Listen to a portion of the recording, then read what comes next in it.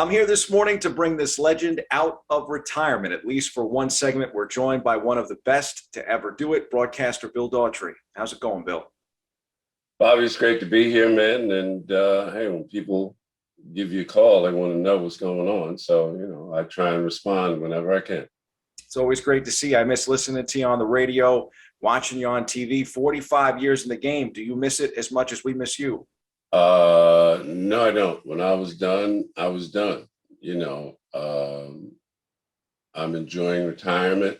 I don't have to now. I can go to bed if I don't want to sit and watch a game to its conclusion. And every once in a while I do. I don't have to know every player's name. I don't have to know where they came from, their political affiliation, and none of that. So, you get tired of the minefield of political correctness, as it were. So, no, I don't miss it at all. Last week on the show, Bill, we had racing pioneer Willie T. Ribbs. He's become a really good friend of mine. And, we started talking about the state of 2020, 2021. And I don't know if you've got a chance to see the Netflix doc about his career, but, he talks a lot about being a pioneer, even though he doesn't like the term. And as a black driver, he discussed that he had to be so much better to be successful in the business. I was curious to ask you about that in terms of sports broadcasting. Did you feel that you had to be that much better to get over some of the obstacles that were in your way as a sports broadcaster? You had to be that much better, and you still have to be that much better just to get opportunities. And when you get opportunities, you still have to be otherworldly better than your white and now even your women counterparts, man. Yeah, absolutely. It's just a fact of life. It's a sad fact of life, but it's a fact of life. And one that most Black folks, African Americans, if you prefer, are conditioned to, because it is drilled into us from a very early age by our parents. You have to be better. You have to look better. You have to speak better. I was playing golf with some people yesterday, and there were a couple of ladies in our group, and one of them was talking about a former athlete and talked about how well spoken he was.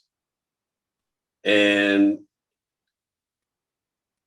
I was trying, I didn't want to call her out in that spot because that's not what we were there to do. But I get tired of hearing that phrase, especially when it's applied to Black people. They're so well-spoken. Well-spoken compared to what? So for all of the non-people of color that are listening, stay away from that phraseology, because you're going to run into somebody who's going to call you out on the spot.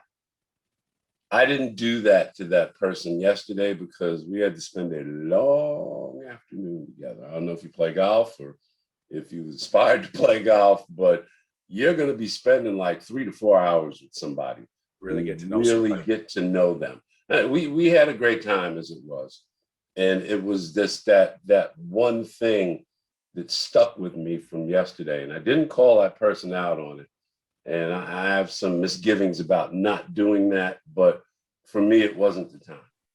I thought it was interesting to look back at your career and see some of those early days, the WMCA days. You actually got a chance to cover the Islanders. And I remember you saying that, hockey was not a sport that you were familiar with. You had to learn it. And I also thought it was a cool story that you got a chance to get a pair of skates from Dennis Potvin, and that you kind of, learned about the sport from one of the best to ever play here in New York. We had the Islanders on WMCA. I was there from, 1981 to 1985.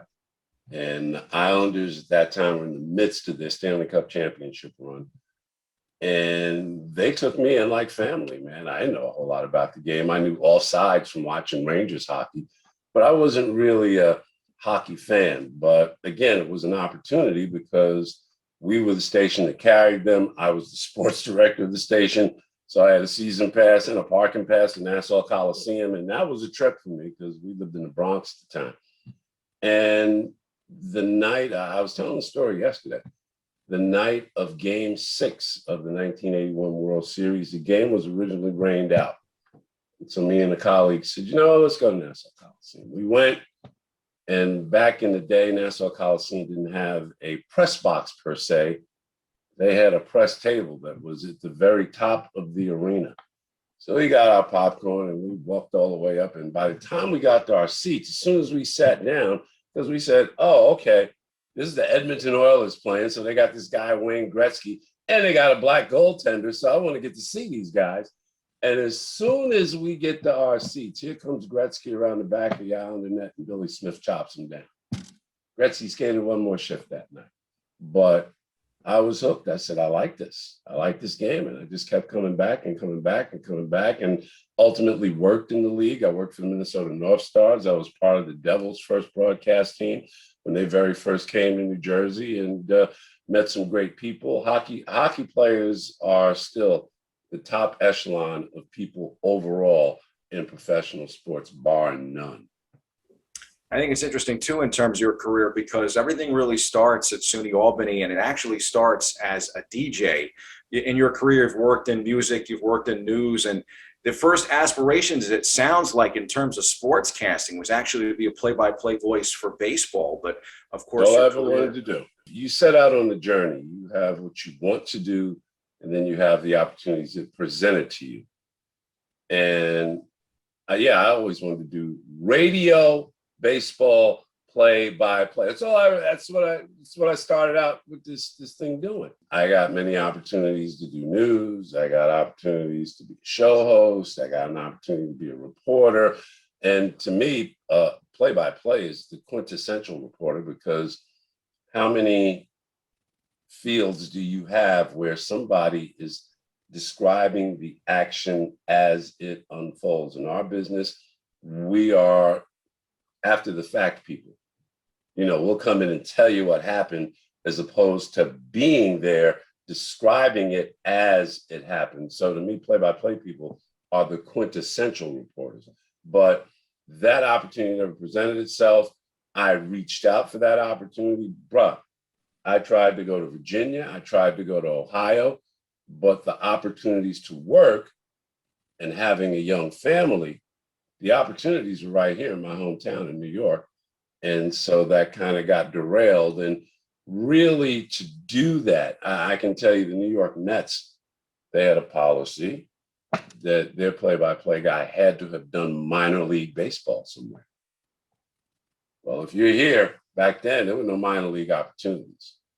So, you know, and as you go along the path of your career, what you do most often is what you are identified with doing. And on occasion, you'll get, you know, I had 3 wonderful seasons doing Brooklyn Cyclones games on TV. I believe I was the first one to work with Keith Hernandez. And look at what Keith is now. Winning some Emmy Awards, definitely. Yeah, no, that's great stuff, Bill. And you know, I know you mentioned before your love for golf. I know you're an avid bowler as well, and even still play some Stratamatic baseball. Or how often are you getting a chance to do those in addition to playing golf? This is the 1948 Cleveland Indians right here. So Stratamatic is part of my regimen. Over the years, I built a very close relationship with the company, with Hal Richmond, who invented the game. His son Adam now runs the company. There's some other very talented people out there. John Garcia is my main contact with them, but it's a wonderful company, and it's for young sportscasters. And when I say young, I'm talking, because all the time people come to me telling, oh, I got a 12-year-old, I got a 14-year-old, I know every player, blah, blah, blah. But one of the guys I was playing with yesterday was telling me about his 12-year-old son who knows every player, knows every stat, blah, blah, blah, blah, blah. And I told him, I said, you know what? If you can expose that kid to Stratamatic, it's a great learning tool. You'll learn geography, you'll learn math, you'll learn how to pronounce names. It'll even get you involved in other cultures, because now all players aren't just from the good old USA. They're from all over the world. And you learn, I mean, Giannis Antetokounmpo, he has a card in Stratamatic. it's a name that you learn to master, and even how to spell. I mean, so it's a very useful tool for people who are very early on in their love for professional sports. That was part 1 of our interview with the great Bill Daughtry. Tune in this Monday for part 2.